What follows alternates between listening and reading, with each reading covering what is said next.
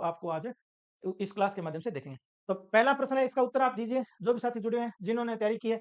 Swaraj party ने 1934 में, Congress party ने 1936 में, मुस्लिम लीग ने 1942 में, सर्वदलीय सम्मेलन ने 1946 में, और एक आपका नया ऑप्शन जो अनुत्तरित आप उत्तर नहीं देना चाहते हैं, तो ये आपका शायद एक क्लास मैंने क्या 2-3 मिनट पहले शुरू कर दी, इस कारण से मैंने सोचा भाई बच्चे जुड़ जाएंगे, इतने अपने चर्चा कर लेते हैं। हाँ, अब आए। पवन जी, सबका स्वागत हो। जय श्री श्याम, ममता जी नमस्ते सर, नमस्ते सबको, नमस्ते। गेमिंग साहब नमस्ते, सब साथियों को नमस्कार जो तैयारी कर रहे हैं। हम एक शानदार क्लास आपके लिए काफी दिनों के बाद यूट्यूब पर आए हैं। अब तक जो जितने साथी ऐप वाले ज्यादा लग रहे हैं, अभी सबको पता है ऐप पर हमारी क्लास रेगुलर हो रही है, और हमने फर्स्ट ग्रेड से संबंधित लगभग क्लासेस सारी कंप्लीट हो गया, मानिए आप। एक 1935 का एक्ट बचा है, इसके अलावा फर्स्ट ग्रेड से संबंधित सारे कोर्स कंप्लीट हो चुके हैं। ए का उत्तर पवन जी का आंसर आगे है। अब मैं बात को ज्यादा हम प्रश्नों पर ध्यान देंगे। बिल्कुल, स्वराज पार्टी ने 1934 में, स्वराज पार्टी ने 1934 में। मंजू जी का भी उत्तर आ गया ए। बिल्कुल, हमारे ऐप के स्टूडेंट हैं, वो बहुत फास्ट उत्तर दे रहे हैं। आपका रिवीजन हो जाएगा, बहुत ही शानदार क्लास। एमसीक्यूज बच्चों की डिमांड थी। एमसीक्यूज तो हमारा पहले ये था कि हम बच्चों को ऐप पर पूरी थ्योरी करवा दें, उसके बाद एमसीक्यू लेके आए। तो हम हमारे वादे पर आपको शुरू कर रहे हैं आज के। और एक चीज आपको और बता देता हूँ, पहले जो सिलेबस दिया था ना आरपीसी ने, तो जो यहाँ से शुरू होकर यहाँ तक आया था, आप उस सिलेबस का डिजाइन देखना। उसमें लिखा था 1935 का एक्ट, फिर संविधान सभा, उसके बाद क्या था संविधान की विशेषताएं, फिर राष्ट्रपति उपराष्ट्रपति कार्यपालिका, इस तरह से, फिर संसद, फिर स्थानीय सुशासन, और फिर आयोग के नाम थे। हमने क्या है यहाँ नीचे से शुरू किया था आयोग से, और आयोग से चलते चलते यहाँ कंप्लीट करवा दिया। तो हम वापिस जो एमसीक्यू करेंगे वो यहाँ से शुरू करेंगे। आप सिलेबस को देखना और हमारा जो पढ़ाने का तरीका है उसको देखना। पहले हमने लास्ट से शुरू किया है। मैं शेयर करूँ आप पर, बिल्कुल बिल्कुल, आप क्लास को शेयर कर दो, आपका धन्यवाद। अब इस पे चर्चा कर लेते हैं। इस प्रश्न के साथ-साथ हम इसके से संबंधित सारे फैक्ट एक साथ जानेंगे। ये क्या है? पीपीटी भी आपको दिखा देंगे। ये साथ में पीपीटी भी शुरू कर देते हैं। ये इसकी एक साथ व्याख्या है।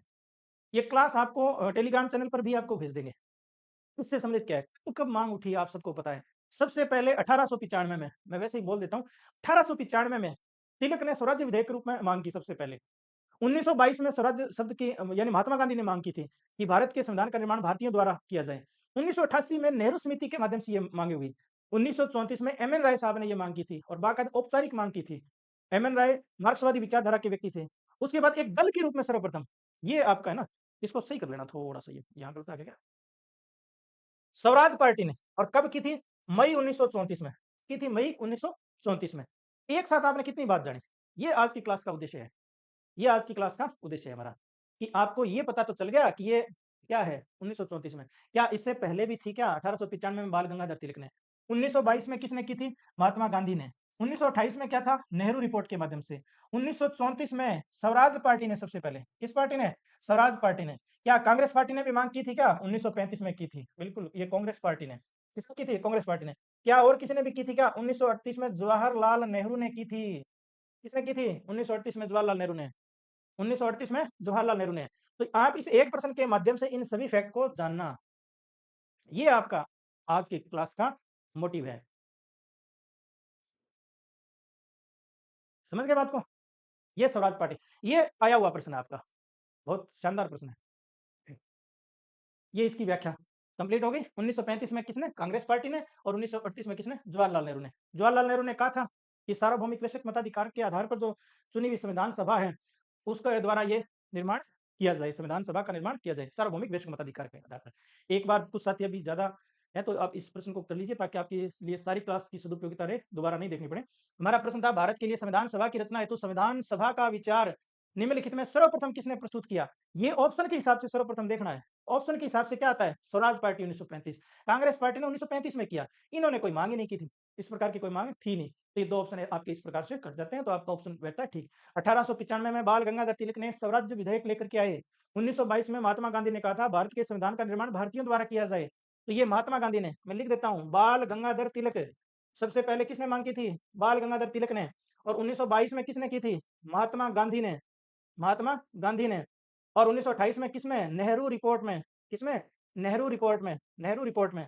और 1934 में स्वराज पार्टी ने। ये आपके प्रश्न आया है। 1935 में कांग्रेस पार्टी ने। 1938 में जवाहरलाल नेहरू ने व्यक्तिगत रूप से मांग की थी।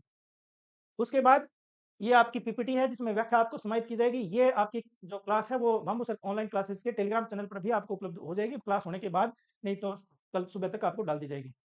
1935 में कांग्रेस पार्टी ने, 1938 में जवाहरलाल नेहरू ने, व्याख्या सहित आपको ये प्रश्न है। आज की क्लास का हमारा ये उद्देश्य है कि आपको सारे फैक्ट एक साथ बता दिए जाए। एक प्रश्न करेंगे, उसके साथ सारे फैक्ट बता दिए जाए। तो इस क्लास को अंत तक जरूर देखें। संविधान सभा जिन्होंने अभी तक नहीं पढ़ा, आपका जो पढ़ चुके हैं उनका तो कोई दिक्कत नहीं है, जो नहीं पढ़ रहे हैं या जिन्होंने अभी तक नहीं पढ़ा है उनका ये इस क्लास के माध्यम से कंप्लीट हो जाएगा। दूसरा प्रश्न आपका, क्रिप्स मिशन के अंतर्गत क्रिप्स मिशन के प्रस्तावों के संदर्भ में कथन दिए गए हैं। ये सारे प्रश्न बहुत इंपॉर्टेंट हैं, सारे प्रश्न ऐसे हैं जो एग्जाम में आए हुए हैं। क्रिप्स मिशन के प्रस्ताव के संदर्भ में निम्नलिखित कथनों पर विचार कीजिए। पहला कथन क्या है? संविधान सभा में प्रांतीय विधानसभाओं, आप भी साथ में कीजिए, आपका कमेंट मैं वेट कर रहा हूं। संविधान सभा में प्रांतीय विधानसभाओं और साथ ही भारतीय रियासतों द्वारा नामित सदस्य होंगे। ये स्टेटमेंट है। संविधान सभा में प्रांतीय विधानसभाओं और साथ ही भारतीय रियासतों द्वारा नामित सदस्य होंगे। ये पहला स्टेटमेंट है क्रिप्स मिशन के अंतर्गत। किसके अंतर्गत है? क्रिप्स मिशन के। दूसरा, नया संविधान स्वीकार करने के लिए जो भी प्रांत तैयार नहीं होगा उसे यह अधिकार होगा कि वह अपनी भावी स्थिति के बारे में ब्रिटेन के साथ अलग संधि पर हस्ताक्षर करें। अब आप इसको पढ़िए और इसका आप 1 मिनट का समय मैं आपको दे देता हूं, जितना एग्जाम में मिलता है इसका आप उत्तर कीजिए। कमेंट करके आपको आंसर बताना है कि कौन से जो है वो सही है।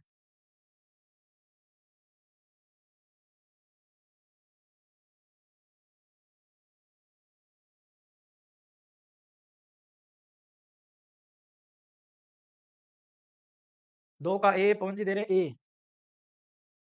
पवन जी का आंसर ए। कमेंट कीजिए फटाफट, फिर इसकी व्याख्या करते हैं और इस व्याख्या के साथ खूब सारी बातें आपको इसके अंतर्गत कराएंगे। हमने थोड़ा सा एमसीक्यू का ट्रेंड बदला है। ममता जी का ये क्रिप्स मिशन की जो इसका मतलब आपको क्रिप्स मिशन ध्यान होना चाहिए। सुनीता राम राम सर जी, राम राम राम राम सबको।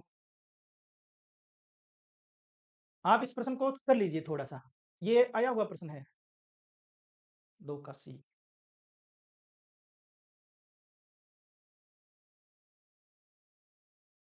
मैं स्क्रीन से थोड़ा हट जाता हूं ताकि आपको स्क्रीन दिखती रहे। चलो अभी अब मैं आपको इस पे एक चर्चा और कर लेता हूं। आपने पहला स्टेटमेंट पढ़ा? पहला स्टेटमेंट क्या है देखिए, संविधान सभा में प्रांतीय विधानसभाओं और साथ ही भारतीय रियासतों द्वारा नामित सदस्य होंगे। जिनको अगर पता है कि क्रिप्स मिशन ने क्या प्रस्ताव पारित किया था, उन्होंने ये कहा था कि सारे जो सदस्य होंगे वो अप्रत्यक्ष निर्वाचन द्वारा होंगे। क्रिप्स मिशन में मैंने ये आपको बताया हुआ है। तो ये बात आपकी गलत हो गई, क्योंकि क्रिप्स मिशन ने जो संविधान सभा के बारे में जो बात बताई, उन्होंने कहा था अप्रत्यक्ष निर्वाचन द्वारा। कैसे? अप्रत्यक्ष निर्वाचन द्वारा। कोई बात नहीं है, हमारा एमसीक्यू के माध्यम से टॉपिक क्लियर करना ही उद्देश्य है। एमसीक्यू के माध्यम से अप्रत्यक्ष निर्वाचन द्वारा कहा था, तो ये बात आपकी क्या होगी? गलत। दूसरी बात क्या है कि नया संविधान स्वीकार करने के लिए उन्होंने कहा कि जो भी प्रांत तैयार नहीं होगा उसे यह अधिकार होगा कि अपनी भावी स्थिति के बारे में ब्रिटेन के साथ अलग संधि पर हस्ताक्षर करे। उन्होंने ये बात भी कही थी कि जो भी संविधान है, जो बने बनाए मान लो संविधान सभा, अगर कोई रियासत नहीं मानना चाहती है तो वो ब्रिटेन से अलग से संधि कर सकती है। आपका इस हिसाब से ये आपका सही है। राइट आंसर है बी। राइट आंसर क्या है? बी, केवल बी। अब इसकी व्याख्या करते हैं थोड़ी। आपके लिए क्रिप्स मिशन से संबंधित जो व्याख्या है वो यहाँ पे की हुई है। समझ गए? अब है क्या वो मैं आपको बता देता हूँ, इसकी थोड़ी सी व्याख्या कैसे करेंगे। अभी आपने थोड़ी देर पहले जो पहला प्रश्न देखा उसमें देखा था संविधान सभा की मांग। क्या देखा था? संविधान सभा की मांग। संविधान सभा की मांग आपने देखा तिलक महात्मा गांधी जिन जिन ने की उनकी थी। उसके बाद अंग्रेजों के द्वारा क्या प्रतिक्रिया दी थी? अंग्रेजों द्वारा, तो अंग्रेजों ने सबसे पहले अगस्त प्रस्ताव, पहले अगस्त प्रस्ताव जो है ना, उसमें भारतीयों की बात संविधान सभा की जो मांग उसको माना गया। उसके बाद हालांकि इनमें स्पष्ट नाम नहीं लिखा कि संविधान सभा, उन्होंने कहा कुछ ऐसी संस्था होगी। उसके बाद क्रिप्स प्रस्ताव, उसने भी ये प्रस्ताव दिया संविधान सभा, यानी अंग्रेजों द्वारा मांग स्वीकार की गई, ये उसको वो पढ़ रहे हैं। और अंत में आपको पता है कैबिनेट मिशन, अंत में क्या था? Cabinet mission. इसमें तो पूरा उल्लेख है संविधान सभा के बारे में कि संविधान सभा कैसी होगी। लेकिन हमारा प्रश्न क्रिप्स मिशन से संबंधित है, किससे संबंधित है? क्रिप्स मिशन से संबंधित। क्रिप्स मिशन से संबंधित है। क्रिप्स मिशन में क्या प्रावधान थे उसको आप देखिए। क्रिप्स मिशन में ये बताए गए, क्रिप्स मिशन में जो प्रावधान किए गए उनको आप एक बार यहाँ देख लीजिए, क्या प्रावधान किए गए देखिए। उन्होंने कहा कि युद्ध की समाप्ति पर संविधान का निर्माण करने के लिए एक संविधान सभा का गठन होगा। ये क्रिप्स मिशन ने पहली बात बताई कि आपकी संविधान सभा की मांग को हम स्वीकार करते हैं। दूसरा उन्होंने क्या कहा कि संविधान सभा में प्रांतीय विधानसभाओं द्वारा निर्वाचित सदस्य तथा भारतीय सदस्यों द्वारा नामित सदस्य शामिल होंगे। यहाँ देखिए, प्रांतीय विधानसभाओं द्वारा निर्वाचित होंगे। क्या होंगे? निर्वाचित। निर्वाचित प्रांतीय विधानसभाओं द्वारा निर्वाचित और भारतीय रियासतों द्वारा क्या होंगे? नामित सदस्य। ये बात बताई। यहाँ जो आपका ये है, तो यहाँ प्रांतीय विधानसभाओं और साथ ही इन सबको ही क्या कर दिया? नामित कर दिया। क्या कर दिया? नामित। तो ये जो प्रांतीय विधानसभा है ना, इनके द्वारा अप्रत्यक्ष निर्वाचन होगा, उसकी बात, ये दूसरी बात इन्होंने बताई। तो आपका वो स्टेटमेंट गलत हो गया। तीसरा उन्होंने कहा भारत को डोमिनियन का दर्जा दिया जाएगा। और चौथी बात ये कही कि यदि कोई नया प्रांत नया संविधान करने के लिए तैयार न हो, तो वह अलग से संविधान बना सकेगा और उसे अधिकार होगा कि अपनी भावी स्थिति के बारे में ब्रिटेन सरकार के साथ अलग से हस्ताक्षर करे। ये बात आपकी सही है। तो यहाँ देखिए 42वां, सॉरी 1942 में किस प्रस्ताव से संबंधित सारी बात मैंने लिख दी। जिनको समझ में नहीं आया वो एक बार दोबारा देख लो। क्रिप्स प्रस्ताव, पहली बात तो उन्होंने संविधान सभा की मांग को स्वीकार कर लिया। दूसरी बात डोमिनियन स्टेट का दर्जा। तीसरी बात संविधान सभा किस प्रकार की होगी, तो वो सेम ही बात है। उन्होंने कहा अप्रत्यक्ष निर्वाचन होगा। क्या होगा? अप्रत्यक्ष निर्वाचन। और क्या होगा? मनोनयन भी होगा। क्या होगा? मनोनयन। तो दोनों की बात की। मनोनयन कहां से होगा? रियासतों से। और अप्रत्यक्ष निर्वाचन कहां से होगा? जो ब्रिटिश प्रांत है, जो क्या है? ब्रिटिश प्रांत है, ब्रिटिश प्रांत से, ब्रिटिश प्रांत से होगा। राम रतन जी गुड इवनिंग, गुड इवनिंग। तो ये आपका दूसरा प्रश्न कंप्लीट हो गया।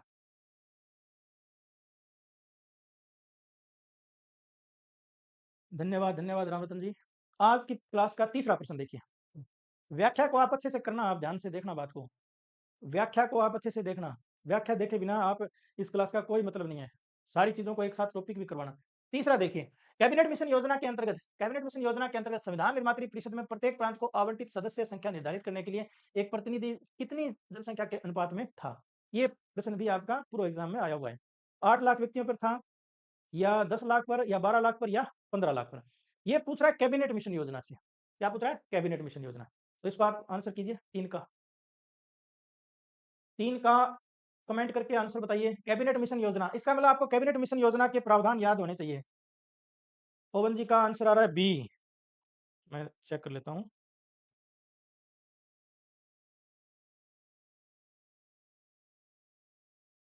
आप कमेंट कीजिए, मैं आपके कमेंट का वेट कर रहा हूँ। रेहान जी जय हिंद, जय हिंद। क्लास ठीक से चल रही है? हाँ। इसका मतलब हमने देखो पहला प्रश्न देखा, उसमें सारी चीजें देख ली। टोटल 389, 10 लाख पर। अच्छा, बिल्कुल कैबिनेट मिशन योजना के आपके प्रावधान याद होने चाहिए।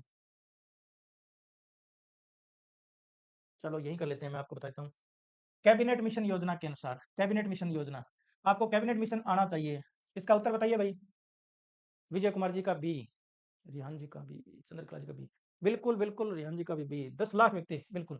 इसका मतलब कैबिनेट मिशन के प्रावधान आपको आने चाहिए। कैबिनेट मिशन ने ये बताया कि कुल सदस्य कितने होंगे संविधान सभा में? 389। कितने होंगे? 389। और उन 389 में से, 389 में से कैसे होंगे? 292 सदस्य होंगे ब्रिटिश प्रांतों से। कहां से होंगे? ब्रिटिश प्रांतों से। और 4 सदस्य होंगे चीफ कमिश्नरी प्रांतों से। और 92 सदस्य कहां, 292 और 93 सदस्य कहां से होंगे? रियासतों से। कहां से होंगे? रियासतों से। ये प्रावधान उन्होंने बताया। 292 कहां से? ब्रिटिश प्रांत से। कहां से? ब्रिटिश प्रांत से। और चीफ कमिश्नर प्रांत से कितने होंगे? 4। चीफ कमिश्नर प्रांत आप जानते होंगे 4 थे, ए बी सी डी के हिसाब से, अजमेर, मेरवाड़ा, बलूचिस्तान, कुर्ग और दिल्ली को। ये जो 389 है वो ब्रिटिश भारत के लिए होंगे। ये प्रावधान था पहला। दूसरा उन्होंने कहा कि 10 लाख पर कितना प्रतिनिधि होगा? एक पर, जो हमारे प्रश्न में है कि एक प्रतिनिधि कितनी जनसंख्या पर होगा? 10 लाख पर। कितनी पर होगा? 10 लाख पर। उसके बाद और उन्होंने क्या प्रावधान बताए? उन्होंने ये बताया था कि जो 292 सदस्य होंगे, उनका भी जो सांप्रदायिक आधार पर विभाजन होगा, कि कितनी सदस्य जनरल के लिए होंगी, कितनी सदस्य संख्या मुस्लिमों के लिए होंगी, और कितनी सदस्य संख्या सिखों के लिए होंगी, उसके बारे में भी उन्होंने प्रावधान बताए गए। आपका उत्तर हो गया ये। हम पीपीटी के माध्यम से और व्याख्या कर लेते हैं। ये देखिए, संविधान सभा का गठन कब हुआ? 6 दिसंबर 1946 को। इस डेट को याद कर लेना, ये गठन है 6 दिसंबर। कब हुआ था? 6 दिसंबर को। और पहली बैठक कब हुई थी? 9 दिसंबर को। और किस योजना के तहत हुई? Cabinet mission. कई बार ऐसा ही प्रश्न आ जाता है कि संविधान सभा का गठन किस योजना के तहत हुआ? तो कैबिनेट मिशन योजना के। जुलाई 1946 में उसके क्या हुए? चुनाव हुए। और ये देखिए, संविधान सभा का निर्वाचन प्रांतीय विधानमंडल के निम्न सदन के सदस्यों द्वारा और एकल संक्रमण मत पत्ती के द्वारा होगा, यानी अप्रत्यक्ष निर्वाचन होगा। ये आपको इसके अंदर, ये दो 389 सदस्य कुल होंगे। 292 आपको पता है ब्रिटिश प्रांत से, 4 कहां से होंगे? चीफ कमिश्नरी प्रांत से, अजमेर, मेरवाड़ा, बलूचिस्तान, कुर्ग, दिल्ली ये होंगे। 93 सदस्य कहां से होंगे? देशी रियासतों से। तो ये पूरा 389 का क्या था? गणित था, तो जो आप देख चुके हैं। उसके बाद देखिए, सांप्रदायिक आधार पर 3 श्रेणियां। 210 सदस्य कहां होंगे? सामान्य सीट से। 78 सदस्य मुस्लिम, और 4 सदस्य कहां से होंगे? सिख। और ये आपका प्रश्न था, 10 लाख की जनसंख्या पर एक प्रतिनिधि का निर्माण किया जाएगा। इस प्रकार से आपने प्रश्न पढ़ा, और प्रश्न के माध्यम से खूब सारी बातें आपको, आपसे कितने प्रश्न बनाओ इसमें, तो वो आपके लिए कर सकते हो आप। अब नेक्स्ट क्वेश्चन, इसको आपका आंसर देना है। भारतीय संविधान के उद्घाटन अधिवेशन की अध्यक्षता की गई थी? ये आप प्रश्न कीजिए, मैं कमेंट का वेट करता हूँ। भारतीय संविधान सभा के उद्घाटन अधिवेशन की अध्यक्षता की गई थी डॉक्टर राजेंद्र प्रसाद द्वारा, डॉक्टर बी आर अम्बेडकर द्वारा, डॉक्टर सच्चिदानंद सिन्हा द्वारा, पंडित जवाहरलाल नेहरू द्वारा और किसके द्वारा? थोड़ा जल्दी कीजिए ताकि ज्यादा प्रश्नों को अपने कर सके। बिश्नोई जी प्रणाम, गुरुदेव सबको प्रणाम। बिल्कुल रियान जी का ऑप्शन आ चुका है, सच्चिदानंद सिन्हा। क्या है? सच्चिदानंद सिन्हा। यहाँ आपको देखिए ये लिखा गया है व्याख्या। 9 दिसंबर 1946 को संविधान सभा की पहली बैठक हुई और पवन जी का भी उत्तर आ रहा है। मैं थोड़ा सा आप कमेंट कीजिए या ये लेट आ रहे हैं कमेंट। संविधान सभा की पहली बैठक, देखो प्रश्न है हमारा ये पहली बैठक उस यानी उद्घाटन अधिवेशन। ये क्या है? उद्घाटन अधिवेशन यानी पहली बैठक कब हुई थी? 9 दिसंबर 1946 को। और उस बैठक में क्या क्या किए गए थे? अस्थायी अध्यक्ष, अस्थायी अस्थायी अध्यक्ष, अस्थायी अध्यक्ष और उपाध्यक्ष दोनों का चुनाव हुआ था। दोनों का चुनाव, दोनों को बनाया गया, अस्थायी अध्यक्ष और अस्थायी उपाध्यक्ष। ये उपाध्यक्ष वाला आप ध्यान कर लेना, नहीं तो फिर इसका प्रश्न का एक आगे प्रश्न भी बनाया हुआ है, तो अब मैं व्याख्या इसकी नहीं कर रहा हूँ। 11 दिसंबर 1946 को तीसरी बैठक हुई। क्या हुई? तीसरी बैठक। आर्यन जी कह रहे हैं वरिष्ठता के आधार पर। बिल्कुल, इनका किसके आधार पर किया गया? वरिष्ठता के आधार पर, यानी एक प्रकार से आप मनोनीत कह सकते हो। और ये क्या थे? ये परंपरा कहाँ की है? फ्रांस की। बिल्कुल। उपाध्यक्ष का मैंने प्रश्न छोड़ दिया क्योंकि हमारे आगे एक प्रश्न है उपाध्यक्ष का। क्या है? उपाध्यक्ष का, तो मैं इसका नाम यहाँ पे नहीं बता रहा हूँ। उसी बैठक में अस्थायी उपाध्यक्ष भी चुना गया। चुनने का मतलब सामान्य बोलचाल में ये शब्द आ जाता है, मनोनीत किया गया। क्या किया गया? मनोनीत। अब आप इसमें देखिए एक चीज, 9 दिसंबर 1946 को इस सत्र का उद्घाटन अधिवेशन था, तो उद्घाटन किसके द्वारा किया गया? ये प्रश्न भी आपको याद करना चाहिए। कृपलानी जी के द्वारा उद्घाटन किया गया, तो ये भी आप इसमें कर सकते हैं। ये आपकी व्याख्या इसमें। अब आप इसमें देखिए नया प्रश्न, पांचवा प्रश्न। संविधान को 26 जनवरी के दिन लागू करने का निर्णय इसलिए किया गया क्योंकि, या ऑप्शन के हिसाब से आपको इसका उत्तर बताना है। कांग्रेस ने इस तिथि को 1930 में स्वतंत्रता दिवस के रूप में मनाया, इस तिथि को 1942 में भारत छोड़ो आंदोलन प्रारंभ किया गया, यह एक शुभ दिन था, या कोई नहीं। यानी 26 जनवरी के दिन, 26 जनवरी 1950 को भारतीय संविधान को लागू किया गया। उसका क्या कारण था? उसका क्या कारण था? हरियाण जी का ऑप्शन जल्दी कमेंट आ रहे हैं। बिल्कुल इनकी तरह आप कमेंट कीजिए भाई, तैयारी कीजिए आप। जिन्होंने थ्योरी की क्लास नहीं देखी है वो थ्योरी की क्लास ऐप पर देखिए। वैसे हम आपको यहाँ पर भी करवा रहे हैं आपकी प्रैक्टिस के लिए।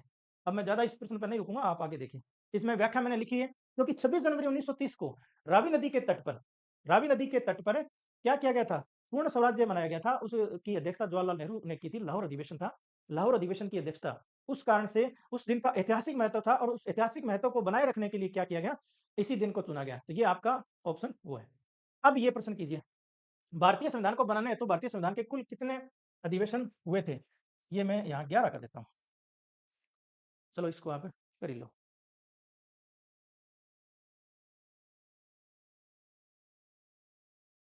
ये पीपीटी बनाते समय मैंने बोला था कि भारतीय संविधान को बनाने हेतु भारतीय संविधान सभा के कुल कितने अधिवेशन हुए थे? तो 6 का उत्तर वैसे आपको पता चल ही चुका है, बाकी इसका व्याख्या कराना मेरा उद्देश्य था। ये जो प्रश्न है मैं आपको बता दूं, कई बार क्या है 11 और 12, ये यही ऑप्शन सबके आया था, यही ऑप्शन सबके आया था, ध्यान कर लेना। यही ऑप्शन सबके आया था उसमें। 12 नहीं है ये, वैसे डिलीट में प्रश्न जाएगा। ठीक है, चलो इसकी व्याख्या करते हैं। ठीक है, व्याख्या वैसे मैं करवा चुका हूँ, शॉर्ट में करा देता हूँ। एक बार आप इसको पढ़ लीजिए, एक बार आप इसको पढ़ लीजिए, फिर मैं एकदम शॉर्ट में करा दूंगा। आप इसको पढ़ लीजिए, इसकी शानदार व्याख्या करवाएंगे आपको। देख लिया? अब मैं यहाँ पे लिख देता हूँ। आप सबको पता है कि 9 दिसंबर 1946 को, 9 दिसंबर 1946 को संविधान सभा की पहली बैठक हुई। ठीक है, 26 नवंबर 1949 को संविधान को स्वीकार किया गया। ये फर्स्ट बैठक है। और इस दिन क्या हुआ? संविधान अंगीकृत किया गया, यानी बन बना के तैयार हो गया, हमने स्वीकार ही कर लिया। ये जो टाइम पीरियड है, ये जो टाइम पीरियड है, ये संविधान निर्माण का समय है। क्या है? संविधान निर्माण का समय। इस संविधान निर्माण करते समय इतना समय लगा, संविधान निर्माण का समय है। और ये आप सबको पता है, आप इसको काउंट करके देखना, इसमें 2 वर्ष 11 माह 18 दिन लगते हैं। कितने दिन लगते हैं? 2 वर्ष 11 माह 18 दिन, ये अवधि आती है। ये कर कौन रहा था? ये संविधान सभा काम कर रही थी। संविधान सभा का काम यही है। संविधान सभा का काम क्या है? संविधान निर्माण करना। और आपको पता है उसने, हाँ राम रतन जी कह रहे हैं, मैं आप इसकी व्याख्या को आप देखिए, फिर आप उसका उत्तर बताइए। संविधान सभा संविधान निर्माण का काम कर रही है। क्या कर रही है? संविधान निर्माण का काम। 9 दिसंबर 1946 को उसकी पहली बैठक हुई और 26 नवंबर 1949 को आपको बताएं थर्ड रीडिंग का अंतिम दिन था, संविधान स्वीकार कर लिया गया। ये आप अवधि जोड़े जो आप हमेशा पढ़ते हैं कि संविधान को निर्माण करने में कितना समय लगा, 2 वर्ष 11 माह 18 दिन। 9 दिसंबर 1946 से 26 नवंबर 1949 को जोड़े, ये यही अवधि आती है। बात समझ गए? इस अवधि के दौरान क्या हुआ? 11 तो हुए सत्र और 165 दिन कितनी क्या चली? बैठकें चली और 64 लाख रुपए खर्च हुए। 64 लाख रुपए खर्च हुए। आप सबको पता है कि संविधान सभा की अंतिम बैठक 24 जनवरी 1950 को हुई। ये बताइए कि इस अवधि से लेकर के ये जो अवधि है, वो कितनी होगी? वो मैंने आपके लिए निकाल के भी दे दी 3 वर्ष 1 माह और 15 दिन। 3 वर्ष 1 माह और 15 दिन। इसका मतलब क्या है? इसका मतलब ये कि ये जो संविधान सभा है, ये यहाँ से यहाँ तक कितने समय तक कार्यरत रही? क्या रही? कार्यरत। ये जो अवधि है इसमें तो संविधान निर्माण किया। 3 दिन क्या किया 24 जनवरी 1950 को? उन्होंने संविधान सभा को भंग किया और ये कहा कि ये आगे से अस्थायी संसद के रूप में काम करेगी। अस्थायी संसद के रूप में काम करेगी। और इसी दिन कितनी बातें हुई थी? 3 बातें हुई थी। राष्ट्रगान स्वीकार किया गया, राष्ट्रगीत स्वीकार किया गया और राष्ट्रपति को निर्वाचित किया गया। ये 3 चीजें हुई। इसके साथ-साथ इस संविधान सभा को भंग कर दिया गया। मुझे ये बताइए कि ये जो है, हम आपको कह रहे हैं, इस कुल अवधि में 3 वर्ष 1 माह में कितने हो गए? ये 12वां सत्र है। ये क्या है? 12वां सत्र और टोटल कितने दिन? 166 दिन बैठकें हुई। अगर आपसे ये पूछ ले संविधान सभा कितने समय तक कार्यरत रही? तो उसके लिए आपका उत्तर होगा 3 वर्ष 1 माह और 14 दिन। आपको पता है जो एसआई का एग्जाम हुआ था, एसआई का एग्जाम जो पेपर चोरी वाला वो पेपर, उसमें ये प्रश्न आया हुआ है कि संविधान सभा कुल कितने समय तक कार्यरत रही? उसमें आप ऑप्शन देखोगे तो ये ऑप्शन था। आरपीसी ने ये उत्तर माना था। इसका मतलब संविधान सभा कुल कितने समय कार्यरत रही? तो वो तो ये था। अगर आप प्रश्नों की भाषा के हिसाब से आप उसका उत्तर देखोगे। आप ऑप्शन के हिसाब से देखोगे। अगर ये पूछे कि संविधान सभा ने संविधान निर्माण कितने समय में किया, कितने अधिवेशन किया? उत्तर 11 सत्र। संविधान सभा के कुल कितने सत्र हुए? उत्तर 12 सत्र। ये जो प्रश्न है, ये देखिए, ये जो बनाने वाला आयोग है ना, उसने भी 12 ही दिया था, लेकिन यहाँ हम 12 क्यों करेंगे? क्योंकि 11 है नहीं, तो इसलिए हमारा उत्तर चला जाएगा 12 की तरफ। बाकी अगर इसका एग्ज़ैक्ट उत्तर देखा जाए, तो 11 है। जो आपको आप उस व्याख्या को समझ गए होंगे, ये जो है ना, ये पेपर में आ गया है आरपीसी के, थोड़ा-सा अपडेट कर लें। ये आरपीसी के एसआई एग्ज़ाम में ये अवधि पूछी गई है। दोबारा देख लीजिए, संविधान सभा का काम था संविधान निर्माण करना। 9 दिसंबर 1946 को पहली बैठक हुई, 26 नवंबर 1949 को उन्होंने संविधान अंगीकृत अधिनियमित और आत्मनिर्भर कर दिया। ये जो अवधि है वो 2 वर्ष 11 माह 18 दिन है, जो आप हमेशा से पढ़ते आ रहे हैं। इस अवधि में कितने सत्र हुए? 11 सत्र 165 दिन बैठ के चली। 64 लाख रुपए लगे और ये हो गया, मतलब खर्च लगे 64 लाख रुपए। 24 जनवरी 1925 को अंतिम बैठक हुई और अंतिम सत्र हुआ 1 दिन का। इसलिए यहाँ अगर कुल संविधान सभा कुल कितने समय तक कार्यरत रही? संविधान सभा कुल कितने समय तक कार्यरत रही? तो उसका उत्तर होगा 3 वर्ष 1 माह 15 दिन और ये आरपीसी के ऐसा एग्जाम में पूछ लिया गया। इसलिए आप यहाँ से थोड़ा-सा क्लियर अपने आप को कर लें। अब नेक्स्ट क्वेश्चन करते हैं। भारतीय संविधान सभा में कुल कितनी महिलाएं सदस्यें थी?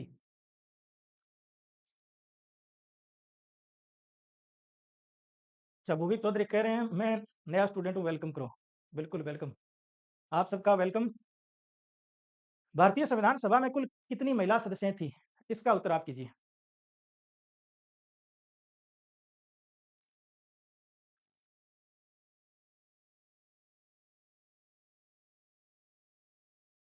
15 कितना है?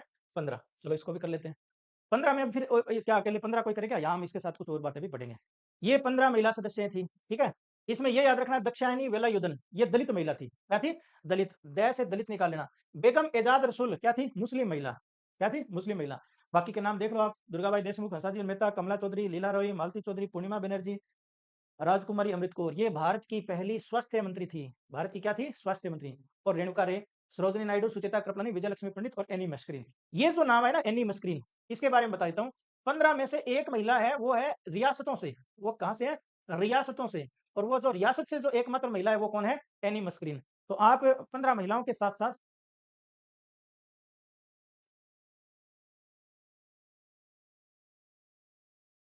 दलित महिला दक्षिणी वेलायुधन, दलित के साथ मुस्लिम महिला बेगम एजाज रसूल और एकमात्र रियासतों से आने वाली महिला कौन सी? एनी मस्करीन। ये फैक्ट भी आप साथ में याद करना, क्योंकि ऐसे प्रश्न भी बार बार आए हुए हैं। अगला प्रश्न देखिए, किसने कहा संविधान सभा कांग्रेस थी और कांग्रेस भारत था?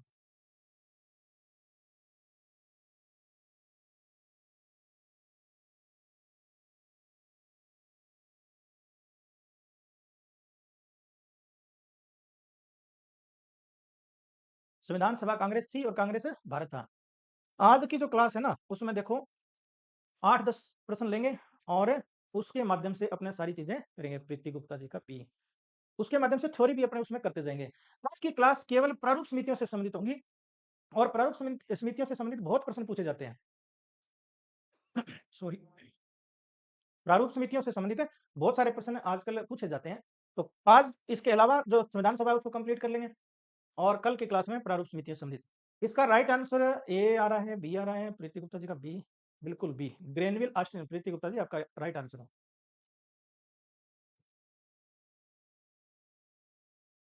इसकी तो व्याख्या क्या करवानी है, ये तो स्टेटमेंट है। एक ये क्या है, आरएस 2021 में आया हुआ प्रश्न है, इसको भी देखिए। स्टेटमेंट है संविधान सभा से संबंधित। तो जब संविधान सभा टॉपिक लगा है तो आ सकते हैं, जिनको अक्सर छोड़ देते हैं क्योंकि ये आए हुए प्रश्न है। निम्नलिखित में से किसने कहा था एक संविधान एक मशीन की तरह बेजान चीज है, इसमें वे लोग जीवन फूंकते हैं और इसका नियंत्रण करते हैं, भारत में बस कुछ ईमानदार लोगों की आवश्यकता है जिनके लिए राष्ट्रहित ही क्या है। इसको कीजिए, ये आया हुआ प्रश्न है।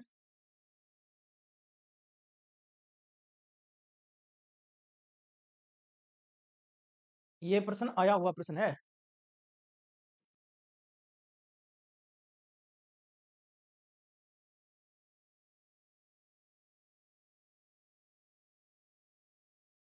सह सह लिखा है, मुझे रूस दिख रहा था। बिल्कुल मंजू जी चालिया, आपका आंसर है सह, एकदम सही। डॉक्टर राजेंद्र प्रसाद। क्या है? डॉक्टर राजेंद्र प्रसाद। ये डॉक्टर राजेंद्र प्रसाद इसका आंसर है। उन्होंने कहा कि एक संविधान एक मशीन की तरह बेजान चीज है, इसमें वे लोग जीवन फूंकते हैं जो इसका नियंत्रण करते हैं, भारत में बस कुछ ईमानदार लोगों की आवश्यकता है जिनके लिए राष्ट्रहित ही सर्वोपरि है। यानी संविधान के बारे में कहा कि ये बेजान मशीन की तरह, उसमें इनको जो चलाने वाले लोग जो होंगे, जो जिनका राष्ट्रहित ही सर्वोपरि होता है, वो इसको नियंत्रण करके उसमें क्या फूंकते हैं, जान फूंकते हैं। बेजान है उसमें जान फूंकते हैं। ये आप इस तरह से इसको याद रखना, राजेंद्र प्रसाद। ये आपका दूसरा, इसमें व्याख्या ज्यादा कोई आवश्यकता नहीं है। एक ये प्रश्न भी क्या आया हुआ है किसी अच्छे एग्जाम में, संविधान सभा में वेश्यक मताधिकार को 15 वर्ष के लिए स्थगित करने की बात किसने की थी। ये क्या प्रश्न आया हुआ है, लेकिन इसके साथ आप एक प्रश्न ये भी ध्यान रखना कि संविधान सभा में सार्वभौमिक वेश्यक मताधिकार एक ऐसा प्रावधान था जो 11वीं के एनसीईआरटी में ये दिया हुआ प्रश्न है। 11वीं के एनसीईआरटी ना, उसमें ये प्रश्न दिया हुआ है कि एक ऐसा जो कोई भी प्रावधान जिस पर संविधान सभा में बहस ही नहीं हुई, और वो था एकमात्र सार्वभौमिक वेश्यक मताधिकार। तो वो वहां से प्रश्न आ सकता है। ये किसी एग्जाम में आया हुआ है तो 15 वर्ष तक के लिए स्थगित करने का। अब संविधान सभा में बहुत ज्यादा लंबी चौड़ी बहस हुई है, उसमें कोई प्रश्न आया हुआ तो कई बार रिपीट हो सकता है। इसका उत्तर आप करके बताइए। पवन प्रजापति जी का 10 का डी। कुछ नए प्रश्न है जिनके माध्यम से आप उनको करोगे। तो इसमें आपका आंसर होगा मौलाना आजाद। मौलाना आजाद जी ने ये बात कही थी। मौलाना आजाद जी ने ये बात कही थी कि 15 वर्ष के लिए इस बात को स्थगित किया जाए, स्थगित कर दिया जाए। हाँ, स्टेटमेंट देखो रियान जी, स्टेटमेंट आपको ज़्यादा नहीं करने हैं, क्योंकि ये एक ऐसे प्रश्न होते हैं कि जिनमें वो ही करने चाहिए जो पूर्व एग्जाम में आए हुए हों, पूर्व एग्जाम में आए हुए हों। जैसे हम मान लो, मैं आपको एक तरीका बता देता हूँ यहाँ से कि संविधान सभा कांग्रेसी भारत था, ठीक है। तो इसका क्या याद कर लो, ग्रेनविल ऑस्टिन। ये है, जैसे मान लो बेजान, क्या है बेजान। तो यहाँ क्या है, जैसे बेजान शब्द को इंडिकेट कर लो आप आपके दिमाग में। जैसे जय 2 नंबर पे है तो राजेंद्र में जय भी 2 नंबर पे है, तो जय भी क्या है 2 नंबर पे है। ऐसा कुछ मतलब थोड़ा सा यूं आपके वो आगे चला जाए, बस एग्जाम में हॉल में चला जाए, ठीक है। वैसे आप अब 15 वर्ष के लिए स्थगित करने का मौलाना आजाद ने। अब स्थगित करने का है, आप ऐसे याद करो कि ये जो है ना, ये जो इसको आजाद करने की बात एक प्रकार स्थगित, हालांकि मुक्त करना, तो मुक्त कौन का आजाद। तो ऐसे आप उसको याद कर लो, थोड़ा सा मतलब ट्रिक के माध्यम से आगे आप चले जाओ उस प्रश्नों को। संविधान सभा के प्रथम मनोनीत उपसभापति कौन थे, ये शानदार प्रश्न है, इसको भी कीजिए। मैंने कहा था ना उसमें एक बार, मैं छोड़ रहा हूँ उस प्रश्न को। अगर व्याख्या करवाता तो फिर वो प्रश्न यहाँ आ जाता। इस प्रश्न का फिर कोई महत्व नहीं है। कीजिए भाई, आप कमेंट कीजिए संविधान सभा के, और जिनको क्लास ठीक लग रही है तो लाइक वाला बटन भी दबा दो। हालांकि कहना नहीं चाहिए, आपको जितने समझदार होंगे। संविधान सभा के प्रथम मनोनीत उपसभापति कौन थे। ये उसी बैठक में 9 दिसंबर 1946 की बैठक थी जहां स्थायी अध्यक्ष तो हम याद कर लेते हैं, लेकिन आजकल ये प्रश्न भी बार बार पूछा जा रहा है। जो यूपीपीएससी है उन आयोगों में ये प्रश्न भी बार बार आता है। 11वें का ए, 11वें का ए, अस्थायी संविधान सभा के प्रथम मनोनीत उपसभापति, यहाँ अस्थायी लिखना था। इसको अब आप कीजिए। वैसे ये क्या मनोनीत है ना, मनोनीत ही थे वो, ये बात एकदम सही है। ये मनोनीत ही थे, तो मनोनीत थे वो अस्थायी थे, ठीक है। बाकी का तो क्या हुआ था, चुनाव हुआ था। स्थायी जो थे उनका तो निर्वाचन हुआ था। तो आपका आंसर आ गया रियान जी का फ्रैंक एंथनी। कौन है? Frank Anthony. ये प्रश्न इंपॉर्टेंट प्रश्न है, पूछ सकते हैं। फ्रैंक एंथनी कम पूछा गया है, पूछ लिया गया लेकिन कम पूछा गया, इसलिए प्रश्न आ सकते हैं। ये एक शानदार प्रश्न, जवाहरलाल नेहरू ने भारतीय की संविधान सभा की किस बैठक में उद्देश्य प्रस्ताव रखा। उद्देश्य प्रस्ताव किस बैठक में रखा? उद्देश्य प्रस्ताव किस बैठक में रखा, बैठक में रखा, ये आपको इसमें बात है, आपको पता करनी है। फटाफट कीजिए, दूसरी, तीसरी, चौथी, पांचवी। 12 का आंसर दीजिए। पवन जी, रिहान जी, जो भी जुड़े साथी हैं वो आप कमेंट कीजिए ताकि मैं आगे बढ़ूं। दे मंजू चालीस दे रिहान जी का तीसरी बैठक। जो हमारे ऐप के स्टूडेंट हैं वो आंसर ठीक दे रहे हैं, इस बात की खुशी है कि बच्चों के क्या कंसेप्ट क्लियर हैं, क्योंकि हमें जो थ्योरी की क्लास है ना ऐप पर, उसको थोड़ा सा बहुत डिटेल में करवाते हैं। पवन जी बी, पवन जी का उत्तर आया बी। उद्देश्य प्रस्ताव तीसरी बैठक में रखा, 14वीं बैठक क्या है। शानदार कक्षा मंजू जी, धन्यवाद मंजू जी। चंद्रकला जी का बी। चलो कोई बात नहीं, मैं आपका क्लियर कर देता हूँ। संविधान सभा की पहली बैठक 9 दिसंबर 1946 को हुई। एक पेज और ले लो क्या। 9 दिसंबर 1946 को पहली बैठक हुई। 9 दिसंबर 1946 को पहली बैठक हुई, आप सबको पता है। फर्स्ट बैठक। और सेकंड बैठक है वो 10 दिसंबर को हुई, जिसका उल्लेख किताबों में मिलता नहीं है। संविधान सभा की जो जो कार्रवाई है उसको देखने से हमें पता चलती है। और तीसरी बैठक 11 दिसंबर 1946 को हुई। और 12 दिसंबर 1946 को चौथी बैठक हुई। और 13 दिसंबर 1946 को पांचवी बैठक हुई। पांचवी बैठक, तो ये कौन सी बैठक है, पांचवी। उत्तर तो आ गया आपका ये। अब आप बताओ जी सर, ये इनका किताबों में उल्लेख नहीं है। किताबों में उल्लेख नहीं है, लेकिन संविधान सभा की जो कार्रवाई है उसमें ये है। और ये जो 12 वाली ना, इसका भी उल्लेख नहीं है, क्योंकि ये बैठक हुई उसमें शोरगुल हुआ, ज्यादा काम नहीं हुआ। काम कहाँ पे हुआ, फर्स्ट बैठक में अस्थायी क्या चुने गए, अस्थायी मनोनीत किए गए, क्या अध्यक्ष और उपाध्यक्ष, अध्यक्ष और उपाध्यक्ष अस्थायी। तो अध्यक्ष कौन चुना गया, अध्यक्ष कौन मनोनीत किया गया, सच्चिदानंद सिन्हा, सच्चिदानंद सिन्हा। उपाध्यक्ष कौन थे, फ्रैंक एंथनी। 10 दिसंबर वाली में कोई काम नहीं हुआ। 11 दिसंबर वाली में स्थायी चुने गए, स्थायी, स्थायी क्या, अध्यक्ष और उपाध्यक्ष, अध्यक्ष और उपाध्यक्ष। अध्यक्ष डॉक्टर राजेंद्र प्रसाद को, उपाध्यक्ष किनको चुना गया, एस.सी. मुखर्जी को। उसके बाद 12 दिसंबर वाली में कोई काम नहीं हुआ। 13 दिसंबर 1946 को पांचवी बैठक हुई, जिसमें उद्देश्य प्रस्ताव रखा। क्या रखा, उद्देश्य प्रस्ताव। और ये उद्देश्य प्रस्ताव जवाहरलाल नेहरू ने रखा, जवाहरलाल नेहरू ने। और ये 22 जनवरी 1947 को, 22 जनवरी 1947 को ये प्रस्ताव पारित हुआ। 22 जनवरी 1947 को ये प्रस्ताव पारित हुआ। ये प्रश्न आए हुए हैं, किसी ना किसी आयोग में आए हुए प्रश्न है। बिल्कुल, बिल्कुल, बिल्कुल। ये प्रस्ताव जो उद्देश्य प्रस्ताव है वही प्रस्तावना कहलाई। और हिंदी का जो मूल रूपांतर है ना संविधान का, वहाँ प्रस्तावना शब्द नहीं लिखा है, उसका नाम ही उद्देशिका है। ये भी आप ध्यान कर लेना। जो जो है ना प्रस्तावना, प्रस्तावना तो हम कह देते हैं। जो हिंदी का जो रूपांतर है संविधान का, उसमें नाम क्या लिखा है, उद्देशिका। ये उद्देशिका उद्देश्य प्रस्ताव से ही है, ये उद्देशिका शब्द है। तो कौन सी बैठक हुई, पांचवी। कौन सी बैठक हुई, पांचवी। ध्यान कर लेना, बिल्कुल ये प्रश्न पूछ सकते हैं। अब ये दो स्टेटमेंट का प्रश्न है एक, ये भी शानदार प्रश्न। कथन है भारत का संविधान देश की आवश्यकताओं की पूर्ति करता है। कारण है इसको एक गृहीत संविधान कहा जाता है। गृहीत संविधान, गृहीत यानी ग्रहण किया गया संविधान कहा जाता है। ये तो मैंने आपको व्याख्या कर दी, गृहीत ग्रहण किया गया। उस हिसाब से आप बताओ, कथन कारण सत्य है, ए बी सी डी, बताओ भाई। सही व्याख्या है कथन कारण की, नहीं है। एक सत्य है, एक असत्य है, कौन सा ऑप्शन आपके हिसाब से बैठ रहा है।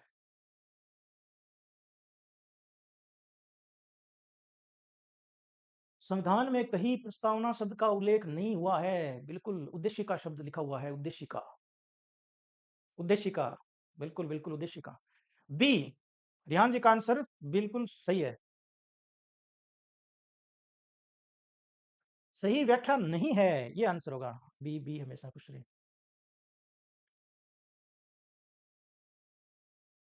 पवन जी का ये। चलो इसका मैं बता देता हूँ। देखो पहला स्टेटमेंट क्या है, भारत का संविधान देश की आवश्यकताओं की पूर्ति करता है। पूर्ति करता है तभी तो हमने संविधान बनाया है। क्या इस कारण से, इस कारण से है क्या, नहीं।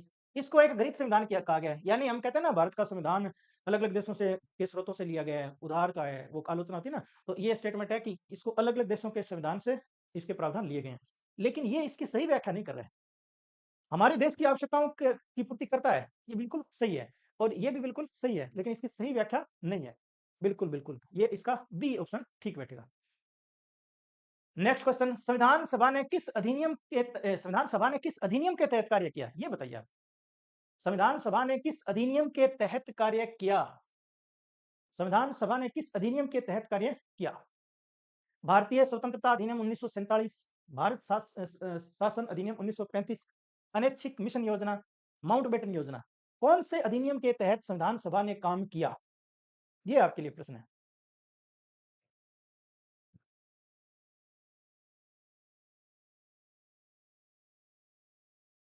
ऐड आ गया क्या, कोई बात नहीं है, आप ऐड बता दो, हम ज्यादा उसमें दे देंगे थोड़ा सा।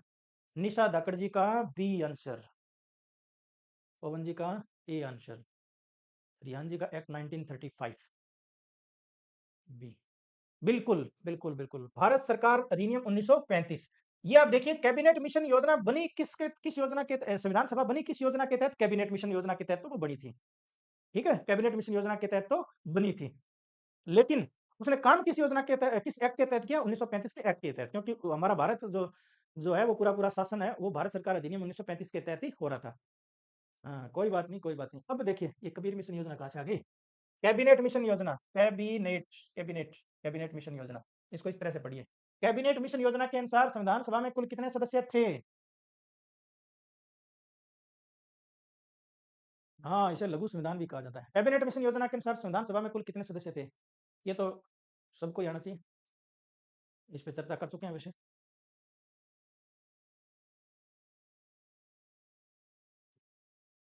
389। कितने हैं? 389। अब हम चर्चा कर लेते हैं। शुरुआत में इसमें कितने थे? 389। और फिर जो माउंटबेटन योजना के अनुसार भारत पाकिस्तान विभाजन हो गया, तब सदस्य संख्या कितनी रहेगी? 299। और संविधान सभा पर हस्ताक्षर कितने सदस्यों ने किए? 283 ने। कितने सदस्यों ने किए? 283। संविधान सभा पर हस्ताक्षर कितने सदस्यों ने किए? 283। आपको इस एमसीक्यू के माध्यम से 3 प्रश्न कराने का उद्देश्य था कि संविधान सभा में कुल सदस्य कितने थे? 389। और भारत विभाजन के बाद कितने रह गए? 299। और संविधान सभा पर हस्ताक्षर करते समय कितने सदस्य थे? 283। यहाँ उस समय 15 महिला थी और यहाँ हस्ताक्षर करते समय महिला कितनी थी? 8। महिला कितनी थी? 8। इस बात को भी आप साथ में ऐड कर लेना। अच्छा, आज की क्लास के एमसीक्यूज आपके समाप्त हो चुके हैं। इस क्लास में हमने जो एमसीक्यू किए हैं, कल की क्लास जो होगी उसमें अगर आप देखेंगे ना, तो आज की क्लास में हमने संविधान सभा की मांग भारतीयों द्वारा, संविधान सभा की मांग भारतीयों द्वारा अंग्रेजों के क्या रिएक्शन, 3 देखे हमने। अगस्त प्रस्ताव, क्रिप्स मिशन, कैबिनेट मिशन। तो आपको क्रिप्स मिशन के प्रस्ताव के बिंदु ध्यान होने चाहिए, कैबिनेट मिशन के जो प्रावधान है वो ध्यान होने चाहिए। ठीक है, संविधान सभा का ऊपर ऊपर का वो शुरुआत की सारी थ्योरी आपकी कंप्लीट होगी। उसके बाद अगर आप देखेंगे तो जो अधिवेशन वगैरह उस पे हमने चर्चा की, महिलाएं चर्चा की, महिलाएं खूब सारी। तो ये वैसे तो आपको 15 क्वेश्चन लग रहे हैं, लेकिन ये प्रश्नों में अगर आप जाकर के देखोगे तो आपको इसमें 15 क्या, मुझे लगता है 50 प्रश्न आप बना सकते हो। सर एक मोटिवेशन शायरी हो जाए। चलो आपने जब कह दिया तो बता देते हैं। कर खुद को बुलंद इतना कि खुदा बंदे से पूछे क्या रजा है तेरी। आप इस तरह से तैयारी करें कि आपको ईश्वर आपको देने पे मजबूर हो जाए कि आपने बहुत ज्यादा तैयारी की है, और इस कारण से आपको आपका प्रतिफल ऐसा मिले कि आपको मांगने की आवश्यकता ही नहीं पड़े। ठीक है, कल की क्लास के बारे में आपको मैं बता देता हूँ, जो भी साथी जुड़े हैं। मेरा उद्देश्य संविधान सभा टॉपिक को एमसीक्यू के माध्यम से थ्योरी मिक्स करते हुए पूरा एक्सप्लेनेशन देना। कल की क्लास में ज्यादातर प्रश्न आपके समितियों से संबंधित होंगे, समितियों से संबंधित अच्छे प्रश्न। क्योंकि समितियां आप देखे रहे होंगे, जो जो भी प्री वगैरह होती है, एसआई वगैरह होता है, उसमें एक समिति का प्रश्न आ ही जाता है, तो उसमें अच्छे अच्छे प्रश्न। इसके अलावा कोई और रह गए? आज आपने 3 स्टेटमेंट पढ़े, एक डॉक्टर राजेंद्र प्रसाद जी का पढ़ा, एक आपने 15 जो वर्षों के लिए टाल जाए, मौलाना अबुल कलाम आजाद का पढ़ा, एक ग्रेनविल ऑस्टिन का स्टेटमेंट पढ़ा।